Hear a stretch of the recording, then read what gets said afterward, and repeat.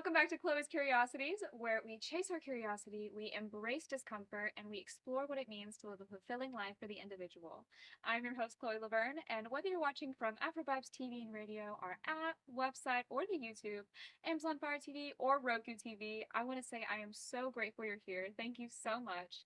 And you're going to want to stay tuned because today's episode is unlike anything you've seen before, and I promise you're going to walk away from this with a piece of insight you didn't have before, and you might even gain some knowledge about AI. But you're going to have to stay tuned until after the break, all right? Because I'm joined by no other than Mr. Patrick Jones. Please tell us a bit about yourself. What do you do? So a little bit about me. My name is Patrick Jones. I'm the executive vice president for the fifth largest managed service cybersecurity company in the U.S. In addition to that, I'm a Fox News evangelist, and I also do a little bit of U.S. delegate work as well. And then I host a tech soiree where I bring the who's of the tech world within Houston together, combined with academia, in addition to media, and we come in the room and we network together. So, Wow, that's fascinating. Goodness.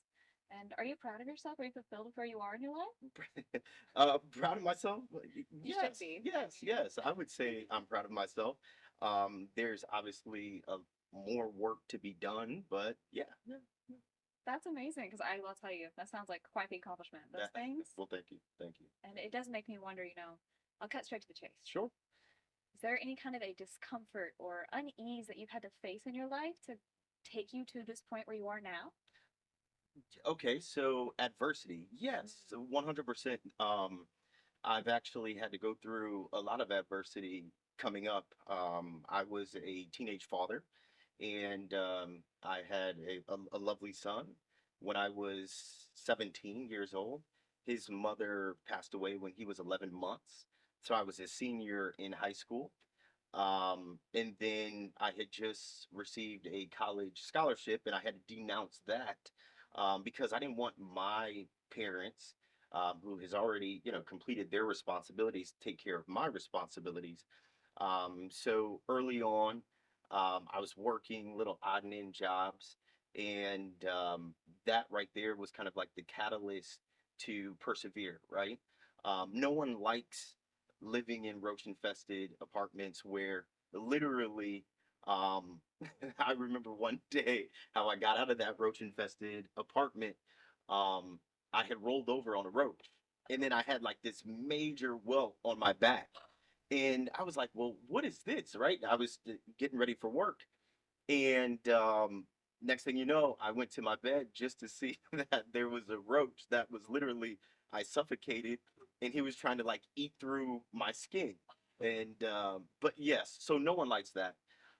That's the some of the adversity that I had gone through, and then that was 17 going on 18, and at 21 I ended up losing my mom due to ovarian cancer. Oh, So early on, I saw death, unfortunately, and that's some of the adversity that I have gone through. Just a limited amount of adversity that I've gone through to catapult me to where I am today.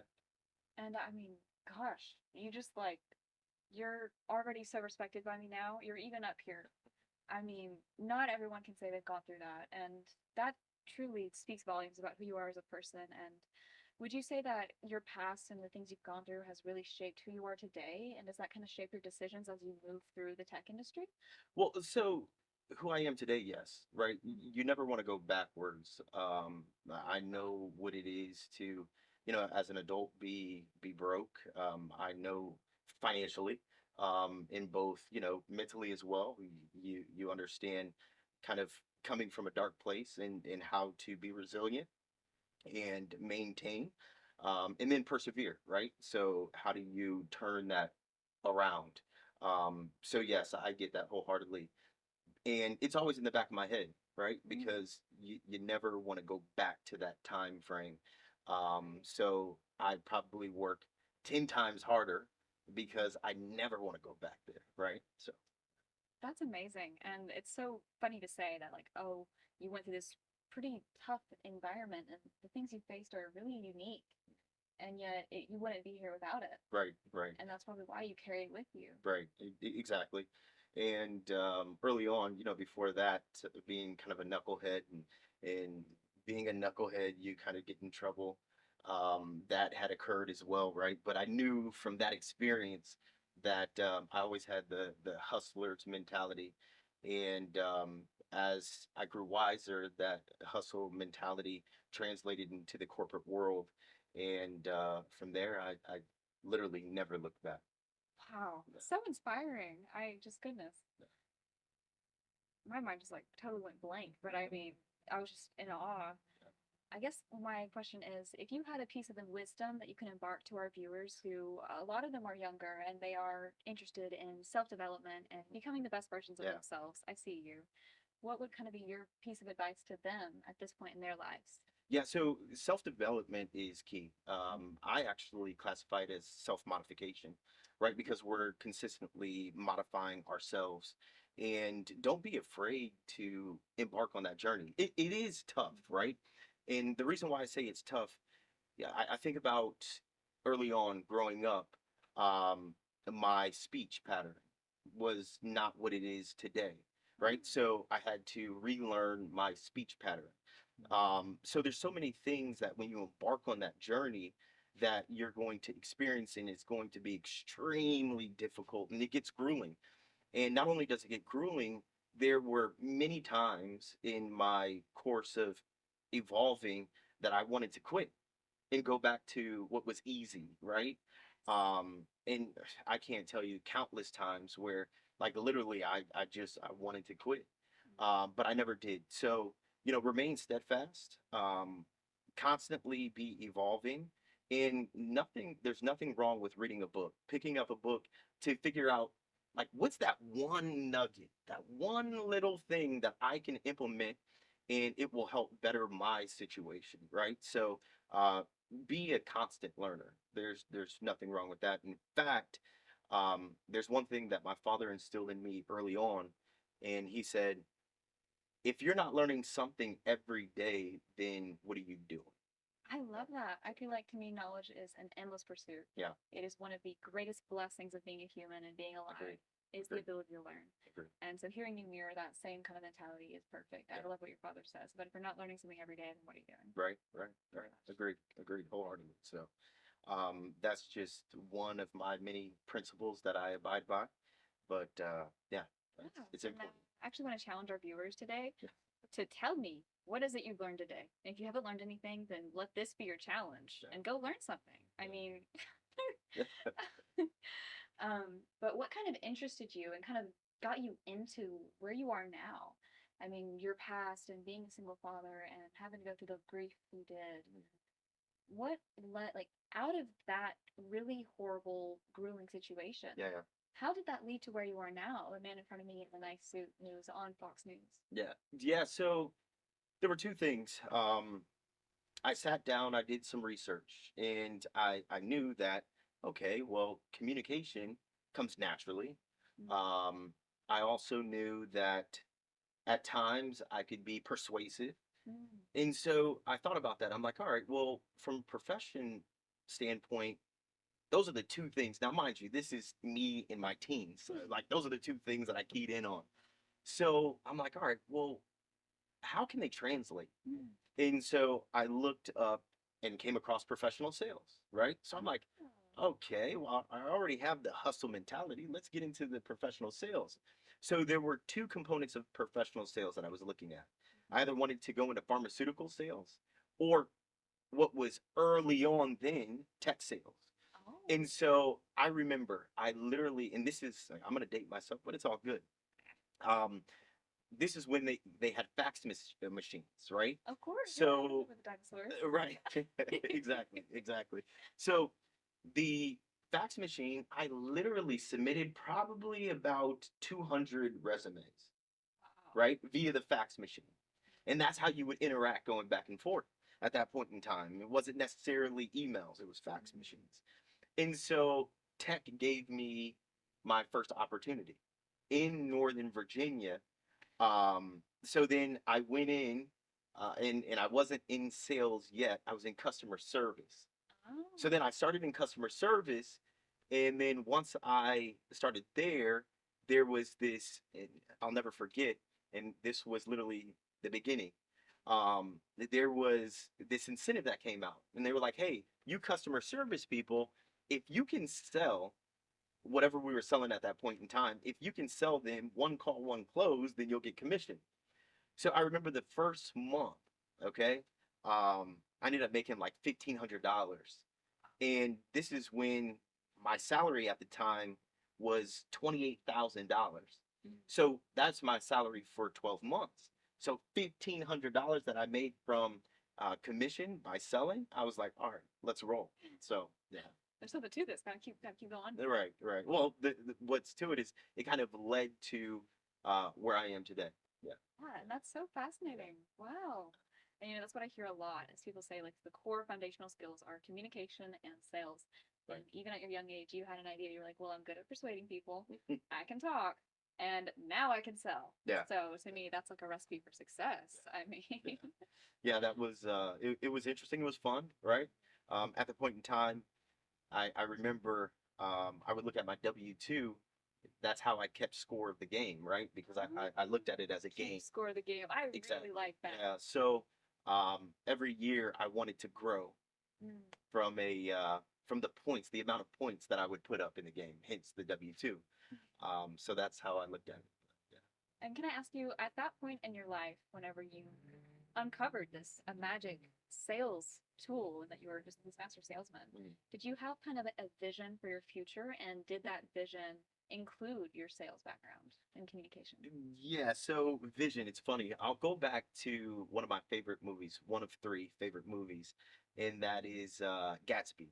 So The Great Gatsby. But I mean, like you read the book. That Oh, for sure. Okay, For okay. sure. For sure. I've read the book. How to make sure. But the movie, right? It depicts a very big life, right? And so when you say the vision, my vision and visions have always been enormous. Mm. Um, I do remember Jay-Z saying, "I'd rather die enormous than live dormant," right? And so those are kind of the rules that I live by. And so when you say the vision, it's always going to be the highest I of the really like highest. that. Yeah, yeah, See, when I speak to people of power and influence, a lot of them speak about the power of having a plan. And yeah. I hate to do this, but to quote Aristotle, Oh yeah, you have to have a plan in your life because that is kind of what you're chasing to follow your bliss. If you don't have a plan in life, yeah. you're kind of just going in a meaningless direction. Right.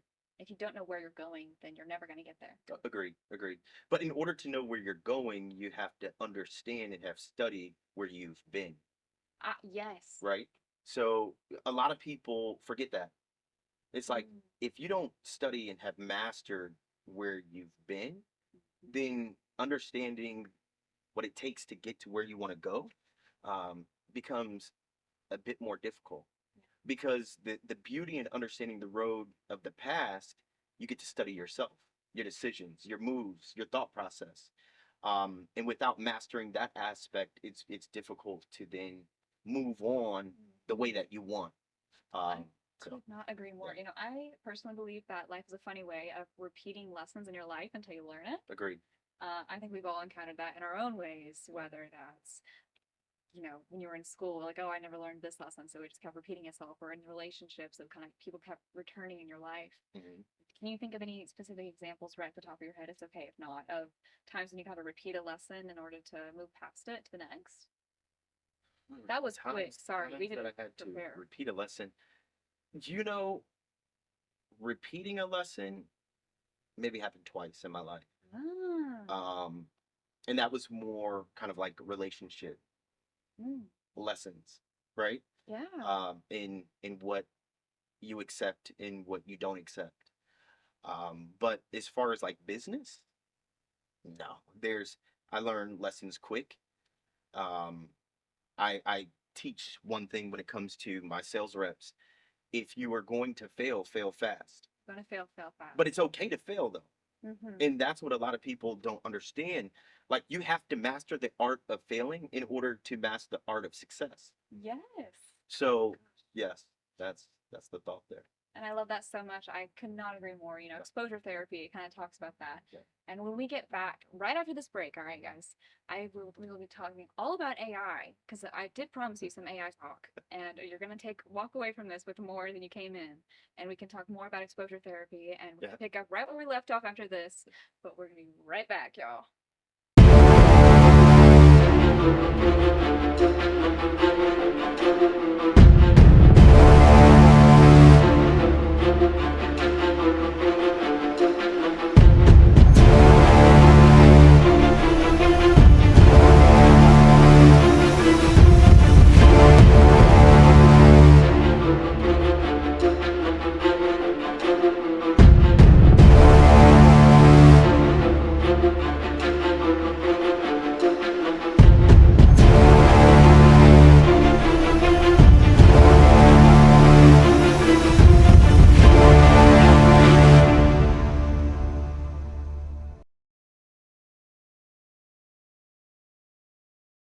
Welcome back, you guys. Thank you so much for your patience on that little break.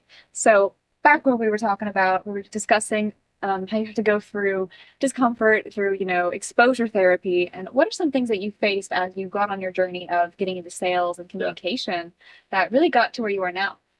Yeah, just like mastering the English language, it was key, right?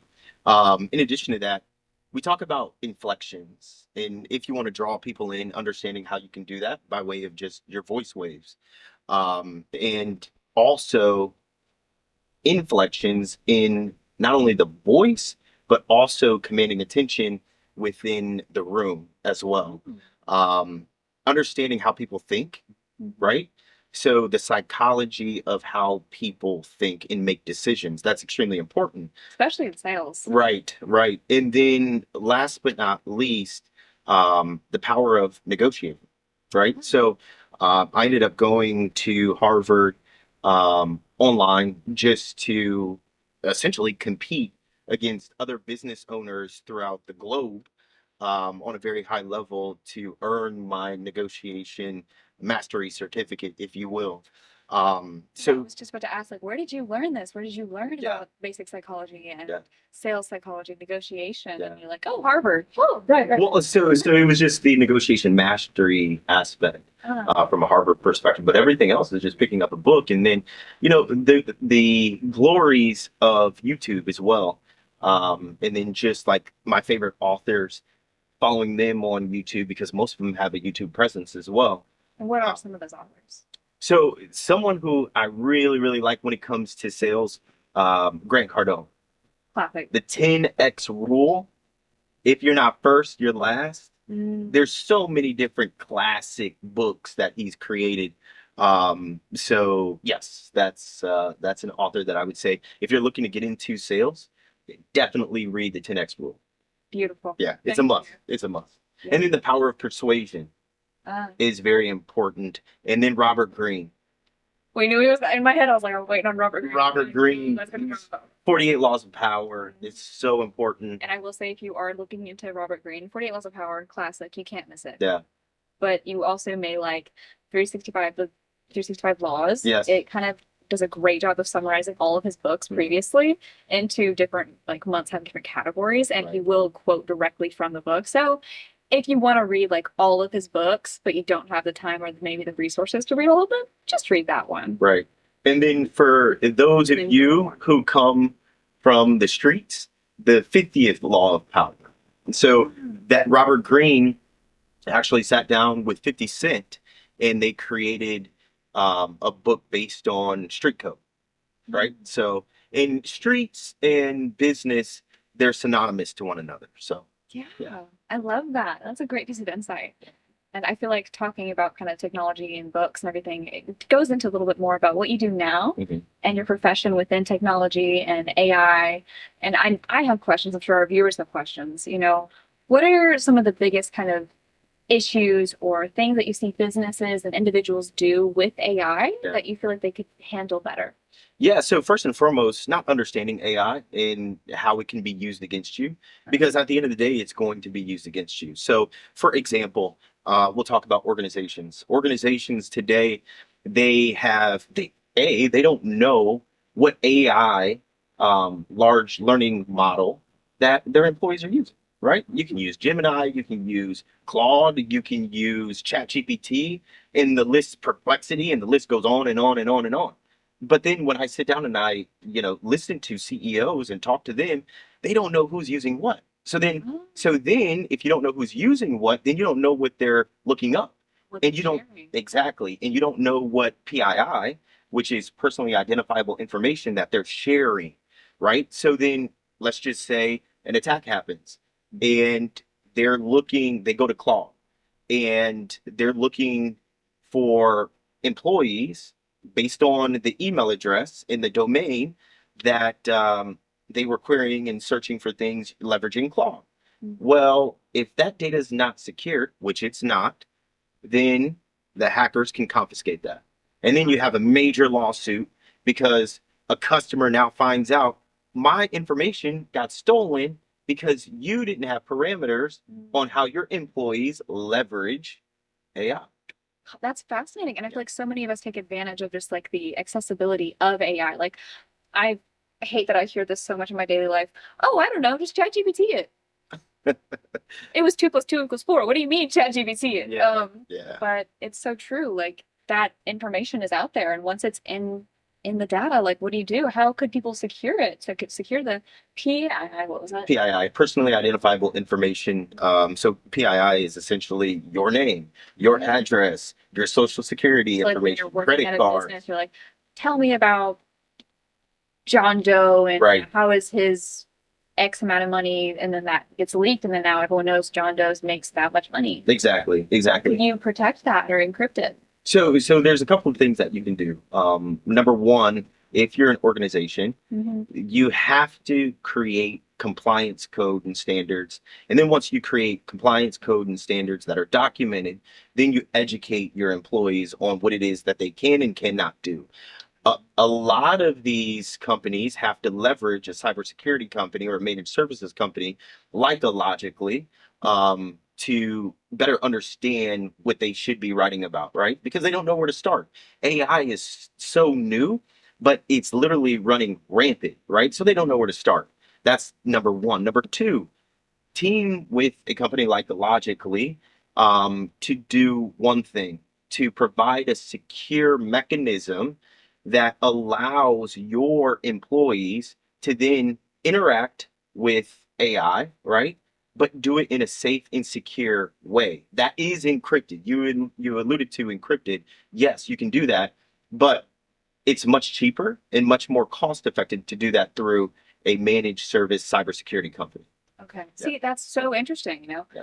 The average person wouldn't know that. The average person doesn't even think about, oh yeah, my information that I'm giving to this chatbot can go anywhere. And I just, oh well, I like, guys, you get one life. If your information's leaked, what are you gonna do? Right. That's true. And then there's another component. That's personal usage. Now we're getting to the nitty gritty. Personal usage, folks. Stop using ChatGPT as your psychiatrist. Stop introducing your deepest and darkest secrets to ChatGPT just to get a second opinion. Folks, that information will be used against you. Believe me when it comes to that. So you can't leverage it that way. Now, if you want to leverage AI to help you create a business, to help you code, to help with whatever it is that you're doing from a professional standpoint, yes. Personal, stop. It's not your best friend. It's not your mother, your father, your psychiatrist. So do not interact with it that way. Right, like it has a time and a place. And I Right. feel like with all of the abundant resources we have at this day and time in like human development, Right. it has a purpose. You can use it to further your business, to further like your individual growth. You can even ask it like, oh, not as a psychiatrist, but like, oh, I encountered this problem. Or if you're in school still, like, hey, I want to know more about this era in history and Right. have questions about XYZ. You can utilize it in a way that like furthers your own individual growth. Don't use it to be a psychiatrist. No. If that gets hacked, that's scary. Like, Yeah. that's just your information, your deepest, darkest secrets out there. I don't want that. I'm not treating anybody as my therapist Right. other than my therapist. Right. Yeah, right. So I was literally I conducted a news segment about this where there was an individual who allegedly committed murder in Florida. You all can look it up. And he asked ChatGPT how to dispose of the body. And it's like, that's how people are leveraging what should have been and what should be great technological advancement for the humankind.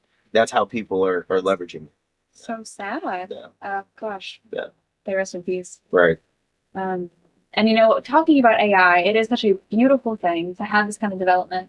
But I think, in my mind, as a conservationist and as someone who loves the environment, and we only have one Mother Earth, how do you kind of face and embrace the environmental impacts of AI and these data centers? Yeah, so data centers in AI, and we're living in a quantum age today, which means more resources, and the advancement from a computing perspective has more than quadrupled, right? The enhancement of what it is that we can do. But with the enhancement of what it is that we can do, unfortunately, you need cooling. This is true. And the most cost-effective way of cooling a major data center. Now, mind you, data centers, they operate 24/7, 365 in a leap year, okay? So just understand that. But we're leveraging water to do that. So then that means more water consumption. And unfortunately, that's a tricky scenario. Finite resource. It really is. So that's my major concern. Do you know of any kind of principles or things we could say to our representatives to say, hey, we don't want you to be using water as cooling centers to cool these data centers. We want our water for us. There's only so much water in this world. Well, so we need to find alternative measures. And if we don't find alternative measures, then we're not doing our globe, we're not doing Mother Nature the best service possible. And right now, that's what it's about. The reason why we're using water is because these data centers have popped up so much, so fast everywhere. It's like, okay, well, we need to get it to a steady state. What do we use? Okay, let's use water to cool, right? But now it's time to move on from that and look at other more sustainable managing systems. Yeah. Because I see a lot of these data centers being built up in low income environments, and the people who live there are not happy. They're like, the quality of life has gone down, our water quality has gone down. They, quite frankly, if you look up any data center and the city it's at, the people are disgusted with it. And I've been seeing a lot of political movements and we're urging our representatives, hey, we don't want this data center here. We don't want this here. We don't want it to be built here. We don't want it taking our water. We need to all be reaching out to our representatives and calling for an action to look for another source of cooling other than water. Because again, guys, we only have so much on this earth, and once it's gone, it's gone. It's gone. Yeah. And I think we all want to keep using AI. We all want to keep developing we all want to keep developing with technology. We don't want to get left behind. Yeah. And technology can't develop if we as a species aren't alive to develop it. Yeah. So yeah, I want to just leave that with you guys, please. Environment, you only have the one, and please reach out to your representatives. It just takes a call. But back to AI. Yes. What is kind of your not favorite, or one of your most powerful ways that you use AI on an individual basis in your business and in your personal life? Yeah. So how I leverage AI, so I've set up two bots. Okay. There's a personal bot and there's a work bot. The work bot acts as my chief operating officer. Okay. But then personal, I have a chief operating officer bot that kind of manages personal life as well, right? So those are some of the two kind of bots that I leverage on a consistent basis. And these bots, are they through Claude? Are they through Gemini? Or what kind of? Yeah, so Claude. Claude, yes. So folks, figure out how to, and you can do it. It's easy. Go to YouTube and just start. Be curious. Be curious, George. Be curious. Yes. Curiosities. Be curious. Yeah, Thank yeah. you. So just be curious and learn on how to leverage Claude. You can do some masterful things leveraging Claude. I watched a 15-minute video on how to master Claude. There we That's go. all it took. There it is. Yeah. It's on YouTube. Yeah. It's on YouTube. It's free. It's free. That's amazing. I love that so much. And I think I read a statistic that only 1% of all the people who use AI use Claude now. And it's such a powerful chatbot. But I also, real quick, I do want to encourage you guys that instead of ChatGPT, use Ecosia AI. That's ECOSAI space AI. Because they actually plant trees for all of the data that they're using. So that kind of does actively combat their environmental damage. But we're all trying our best. That's why I'm sharing this. But back to Claude. Yes, back to Claude. So it's great. It's great for personal usage. It's great for the business usage as well. It's great. I mean, it can conduct your finances too, Really? right? So do you feel like it's kind of really radicalizing like human development in terms of employment? And do you feel like that we are going to have accountants even exist in 20 years? Or do you think that AI is going to take those jobs? I don't think AI because Well, AI. take is a rude word. But... No. So no, it's good. It's good. It's great dialogue, and we're talking about that at the highest level. AI is not going to take anyone's job.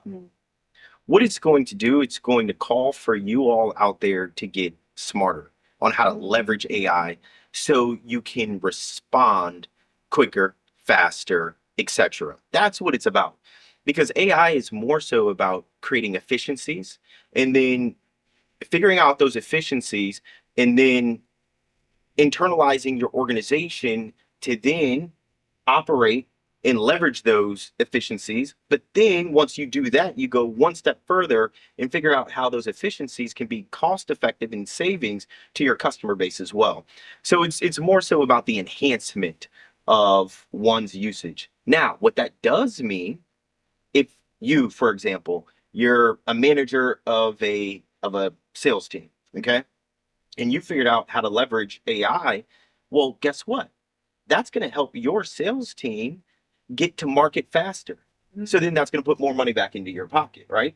It doesn't mean that you need less salespeople. Right. It means that you are more effective at your job. To kind of optimize that process. Maybe there's more marketing or Precisely. Incredible. I like that. Because I couldn't agree more. I feel like AI is one of those things that can be utilized in the right way to enhance what we're already doing, our human abilities. Right. I mean, sometimes I have an art background. If I am brainstorming a painting and I'm like, it's like on the tip of my tongue, like I see the vision, I see what I want. Okay, so I see like this girl right here and she's right here and you can like use it to enhance it. I mean, using Ecosia AI, but I think it's amazing. It is. I would agree. I would agree. I love it. I think it's Do you use Claude to kind of tap into your emails? Because I understand that it does have a kind of feature where it can delve into your whole computer. Do you do that? personal email, yes. Work, absolutely not. Because back to that PII thing. Right. Absolutely. Yeah. But personal, 100%. Interesting. Yeah. And then I created a command that then allowed me to erase like 3 years worth of emails that I just don't need. Right. So yeah. That's incredible. Out of curiosity and out of the viewers' curiosity, of course. How did you do that? Well, it was kind of trial and error. It was trial and error. I didn't get it right on the first command, but yeah, I have a script for that. I can share. But yes. That is so interesting. And I love hearing about that. Like it's one of those active, useful ways to use AI. Right. This is something that every single one of our viewers can apply to their own selves. I mean, I may or may not have 5 different email accounts. Well, that's common now, right? That is common, having multiple email accounts. Oh, and while we're talking about email, and this is a good segue into the AI Summit as well, but folks, please do not have your email address, personal email address, be your first name dot middle name dot last name at gmail.com. Like, no. And no. why is that? Why not? Well, because And it's not mine. Right. Well, because if I'm a hacker, right, and you're thinking like a bad actor, well, guess what I have now from a personal identifiable information perspective? Your name. My first, middle, and last name. Exactly. And that's really all I need to then take it a step further and get other information. And now my social's out there and it's great. So, Right. And the list goes on and on and on. I see. And like you're saying, a segment into the AI Summit. Are you excited to speak there? I am. I'm looking forward to it.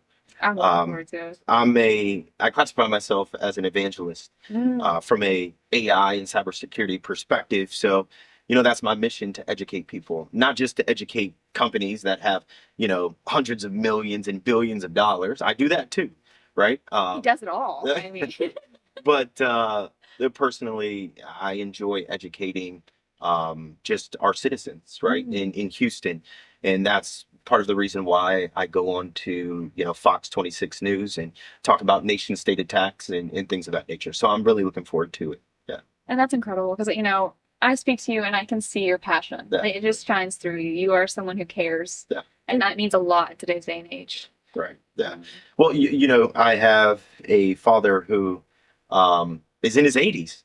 Really? Right. He's in his 80s. So there's individuals like that who need to be educated, and there's people just across the spectrum that need to be educated on the usage of AI and how it can help, and then how it can also hinder you as well. Right. Yeah.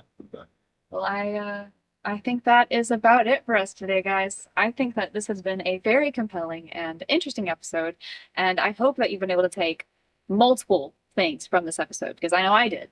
And please leave a comment, tell me what it is you learned, and should we have Mr. Patrick Jones back on the show sometime? I don't know. You'll let me know. I would love it. Just let me know. I would be Yeah, honored. the honor is all mine. Yeah. Well, that's it. We're done.